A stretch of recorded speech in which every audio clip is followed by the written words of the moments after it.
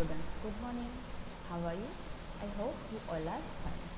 Today I will teach you poem number 4, Sea Song. Sea means samudra, song यानी गाना. Have you ever collected shells?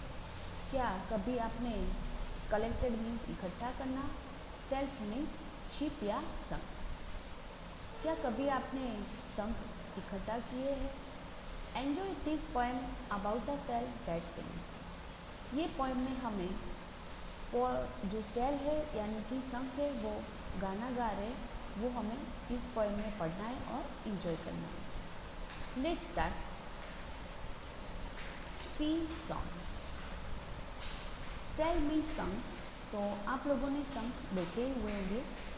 आपके घर के आसपास कहीं कोई कंस्ट्रक्शन काम चल रहा हो तो वहाँ पर जो सैंड होती है उसमें छोटे छोटे छिप होते हैं ना, और आप लोग वहाँ पे रेती में वो सैंड में खेलते हो तब वो छिप को आप लोग इकट्ठा करते हो तो वो बड़े होते हैं और एक बड़ा शंख होता है. और सी यानी समुद्र में भी ऐसे बड़े बड़े शंख होते, सेल होते. जैसे कि यहाँ पे हमें बाजू में जो पिक्चर दिया है वहाँ पर नीचे सैंड है यानी जो रेती दिख रही है समुद्र के किनारे पर, वहाँ पर हमें सेल्स दिख रहे हैं ना सबको. हाँ, तो इस तरह से वहाँ पे सी के आसपास सैंड में बड़े बड़े सेल होते हैं और वो सेल में से आवाज़ आती है.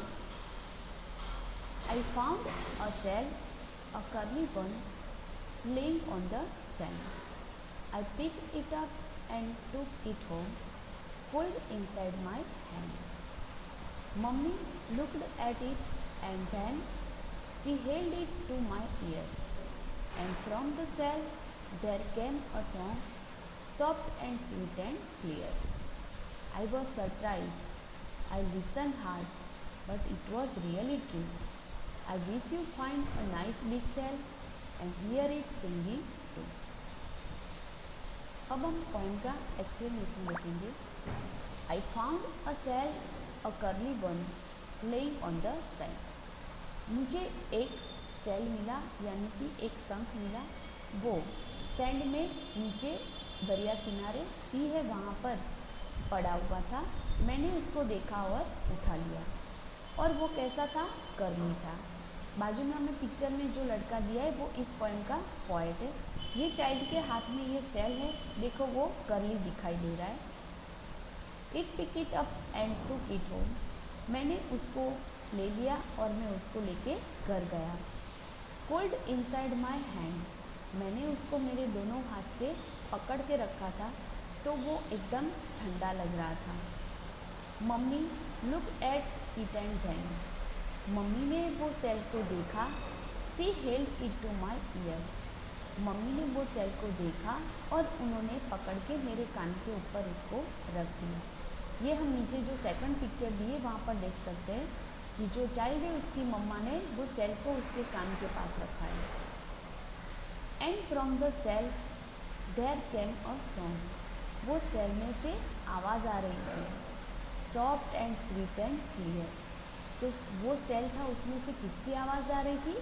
तो जो समुद्र की लहरें होती है ना, पानी बहुत उछलता है तो वो समुद्र की हल्की हल्की एकदम सॉफ्ट और सुंदर आवाज़ आ रही थी. इसमें से सेल में से.